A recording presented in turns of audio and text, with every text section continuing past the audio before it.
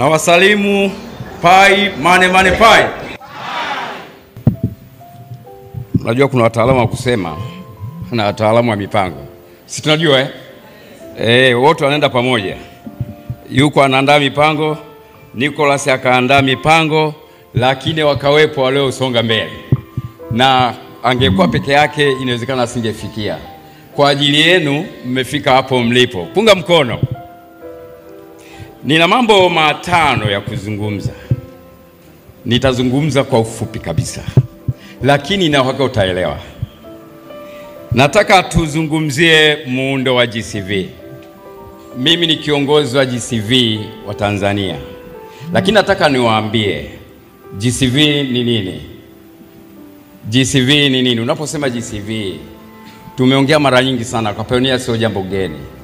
Ni kwamba ni thamani iliyopitishwa ulimwenguni kote ikakubalika, thamani ya pai. Sio bei ya pai. Usiseme bei ya pai, sema thamani ya pai. Thamani ya pai. Kwa hiyo tunaposema GCV, mimi na wewe tumehusika kutengeneza thamani ya pai. Kwa sababu gani?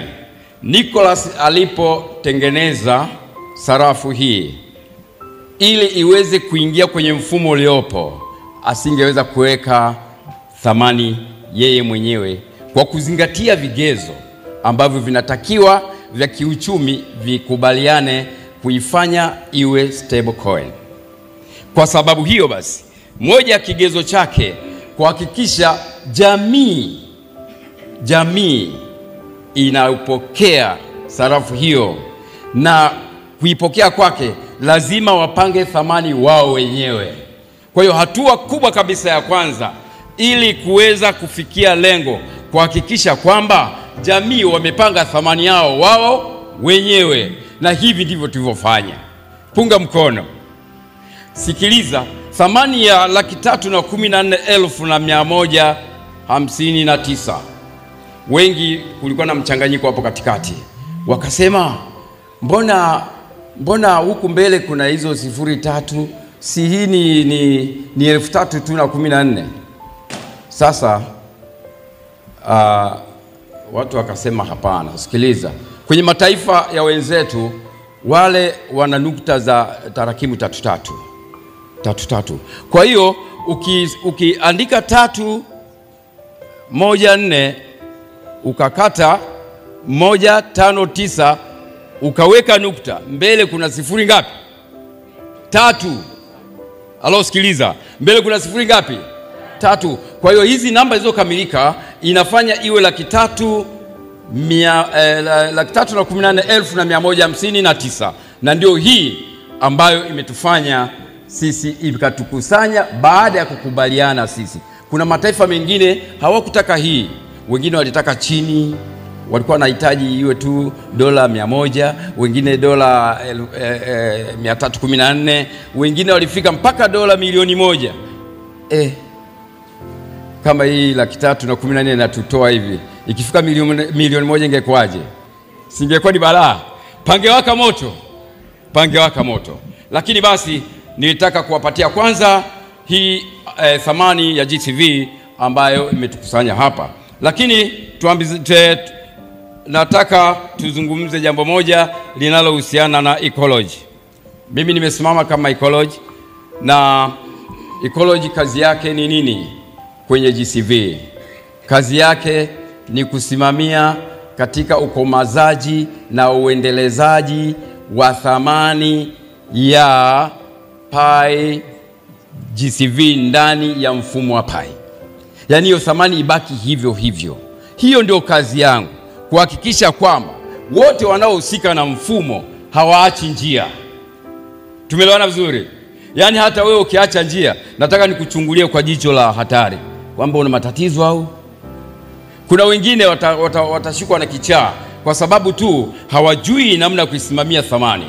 Lakini ukishajua, wengine tumewaacha nyuma wasiojua thamani, wakauza pai zao, wakapoteza pai zao, wakaacha kuchimba. Hivyo hao wote ni wale ambao hawakujua thamani.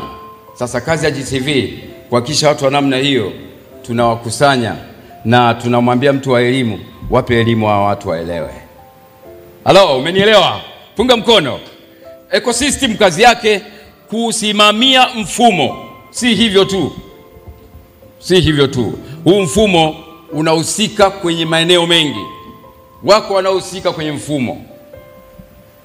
Watu hawa wanaohusika kwenye mfumo, kuanzia ukimwanzia mwenyewe aliyeandaa sarafu ya Pi, ili kuhakikisha kwamba je, huyu kwenye server zake iko salama. Tumeelewana vizuri Ametengeneza vizuri hii kitu. Kwa sababu gani? Na ndio maana wakati Pi imeundwa wakatengeneza hiki kitengo cha GCV, kikakaa pembeni. Kilipokaa pembeni, kikasema sisi tutajiita wanaharakati wa kutaka kuifanya Pi iende juu, na tutatengeneza matawi mawili. Tawi la kwanza litakuwa la kuangalia mfumo, na tawi lingine litakuwa la kuwapelekea elimu jamii. Bila elimu usingekaa hapo. Bila mfumo kusimamiwa usingekaa hapo. Kwa vyote viwili vimeenda kwa wakati moja, ili thamani ya Pi iweze kufikia hapa tulipofikia leo. Kwa maana hiyo sasa, ecology inamwangalia pioneer, mtu wa pili wewe. Tumemwanza yule aliyetengeneza, si ndio? Alafu tunakuja kumwangalia mwanzilishi, pioneer, mchimbaji, mimi na wewe tunayetaka kuimarisha hii Pi, kwamba huyu anatembeaje, ataitumiaje, anaishika tu hiyo pesa na kaa nayo. Inataka kwa sababu uende ukanunue ukaitumie yenyewe. Wale ambao hawakuelewa wanadhani kwamba sasa wakitoka hapa wanakwenda kuchukua mafungu ya Pi wakauze. Usiende kuuza, utakuwa umekosea GCV. Tumeelewana vizuri? Watu wanaongangania hivi kuna save, kuna exchange, sawa, ni vizuri, ni kwa sababu ulikuwa hujaelewa vizuri. Exchange kama itakuwepo, kwa timu wanasema hivi, tulia, itatoa mwongozo yenyewe ndani ya mfumo. Tulia, itatoa mwongozo ndani ya nini? Ya mfumo. Kwa sababu unajua wakati huo kuanza ni mgumu. Kwa hiyo mwanzoni ni mgumu, lazima kutakuwa na changamoto. Lakini watakuwa wanabana wataweka governor yao kwamba katika kufanya exchange isifikie kiwango hiki. Lakini sasa wewe usiuze Pi. Ukiuza Pi utakuwa umeikosea mfumo. Na ndio maana katika mfumo huo tunaita soko jeusi, black market. Usije ukakosea ukafanya hivyo. Na usije ukamwibia mwenzio. Athari ya black market, kuna kiwango cha utoaji na uhamishaji kwenye mfumo wa fedha. Ni za kwako ndio, lakini mfumo ukishagundua umetoa zaidi ya kiwango kinachotakiwa, wewe inawezekana una mpango wa kuangusha GCV. Mfumo unaanza kufuatilia kwa utaratibu, una mpango gani. Wakishagundua unafungiwa. Kuna adhabu ya miaka 20 na kuna adhabu ya miaka 100. Baada ya kubainika kwamba wewe ni mmoja kati ya watu wanaoharibu mfumo na kuhujumu. Tuko pamoja? Tuko pamoja? Utapata kwa mara moja sawa, lakini uko hatarini. Inaweza usifungue. Sasa usiulize kwamba sasa utafanyaje, wao si ndio wenye mfumo. Kwani akiweka kitufe tu hivi wallet zote zimezima hapa, wewe utamshtaki nani? Kuna utamshtaki? Hakuna. Jitahidi kuwa salama. Nenda kwa wakati, nenda kwa mipango. Lengo ni kuhakikisha Pi inakuwa kwa ajili ya matumizi. Ukanunue bidhaa, tumia nyumbani. Peleka watoto shule, nenda hospitalini, na kafanye mambo mengine ya matumizi ya kila siku.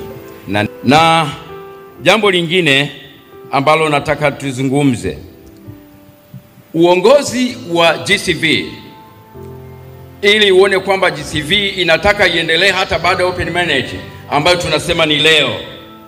Yaani GCV haitakoma, itakuwa endelevu. Sasa ili iweze kuwa endelevu, dhamana ya makamanda wa GCV tukianzia juu kwenye kamanda mkuu kwenye global anaitwa Lumari, anaitwa Miss Lumari. Huyo ndio kamanda mkuu wa ecosystem. Lakini yuko kamanda mwingine wa kwetu Afrika, yupo kwenye ecology, yuko anaitwa George Solo. Yuko kamanda mwingine wa Tanzania, huyo anaongea na nyie, naitwa Alfred Bernard Chimbika. Wako makamanda wa mikoa huku nyumango wapo, na wengine hawakuwahi kufika. Aisee, punga mkono. Hawa ni makamanda wa ecosystem ambao wanatamani kuona kwamba tutashika pamoja gurudumu hili mpaka mbele ya safari. Tutarithisha na wengine. Tutakwenda mpaka ngazi ya wilaya, tutakwenda mpaka ngazi ya kata, tutakwenda mpaka ngazi ya vijiji. Huo ndio mfumo ulivyo. Na hiyo inaashiria ya kwamba tunatamani kila mmoja ahusike na hili jambo, si kundi la watu fulani, hapana. Na ecosystem inakusudia kuona kwamba inaunganisha wafanyabiashara. Halo. Pai Manel. Inaunganisha wafanyabiashara. Hebu kama uko mfanyabiashara hapa, nyosha mkono. Yaani wewe mfanyabiashara si tu na duka kubwa, hata yale maandazi wewe nyosha tu. Haya, wewe ni mnunuzi, nyosha mkono. Wengine si wanunuzi na wala si wafanyabiashara. Sasa sijui amepaiza nini. Sikiliza. Ukiwa mfanyabiashara uko hapa, nenda Map of Pi, nenda ukasajili. Nenda kwa kamanda wako wa mkoa. Pale na listi nina mpaka sasa na wafanyabiashara ambao wako listed na core team GCV, inaona wako 22. Hivi unaona hiyo kitu ilivyo ya hatari kidogo si nzuri. Yaani unaweza kudhani kama mashaka yako usiatendee haki. Wewe mwenyewe usijitendee haki. Ukiwa kwenye mfumo wa Map of Pi, kuna nafasi fulani ya fursa iko huko ndani, kwa sababu wakati open minded imeshafanyika, kutakuwa na viwango vya utoaji wa fedha zako. Usije ukadhania tu utatoa zote unavyotaka. Kutakuwa na limit kwamba angalau kwa mwezi utoe hii. Kwani hata benki zetu siko hivyo, unatoa unavyotaka. Kwa hiyo hata wao wataweka mfumo. Sasa ukiwa mfanyabiashara, wewe si mfanyabiashara, kuna uwezekano ukapata fursa kwamba kiwango itafanyaje? Kitapanda. Sikuahidi kwamba kitapanda, ila nakuambia fursa zinazopatikana kama utaorodhesha kuwa wewe ni mfanya biashara. Lakini ndani ya browser ya Pi kuna fursa nyingi. Kuna fursa za kutengeneza wewe mwenyewe maduka yale ya kimtandao kama alivyo Amazon, kama alivyo Alibaba, sawa? Nenda ukiingia kule ndani, katengeneze, timu, tengenezeni jambo hili. Utagundua tuna maduka makubwa, na kwa lengo la kwamba mimi na wewe tuendelee kupata huduma. Ukiingia ndani ya mfumo, kuna uwezekano wa kupata bidhaa. Wewe kwenu huko Lindi, unapata bidhaa inatoka Mwanza. Mnaelewa vizuri?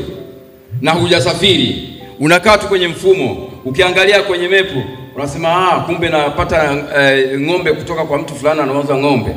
Unakwenda hapo, mnaanza kuwasiliana ndani huko. Ukishamalizana kuweka order, basi mfumo unafuata, mnamaliziana kwa bei zinaenda, na usafirishaji utauliza tu unapokea wapi. Mimi nataka kupokelea Nangurukulu. Watakuletea mpaka Nangurukulu. Tumeelewana vizuri? Faida ziko nyingi, sitaweza kuzimaliza, nyingi mno. Lakini yote kwa ajili ya kuhakikisha kwamba sarafu inakwenda kutumika inavyohitajika. Jambo lingine la muhimu sana. Ecosystem inataka kuona kwamba jamii inahusika katika kuendeleza uchumi wa serikali. Umenielewa? Umenielewa vizuri? Jamii inahusika katika kukuza uchumi wa nini? Wa serikali. Wewe uliyeshika hiyo Pi, nchi yako inafaidikaje? Serikali yako inapataje kuinuka?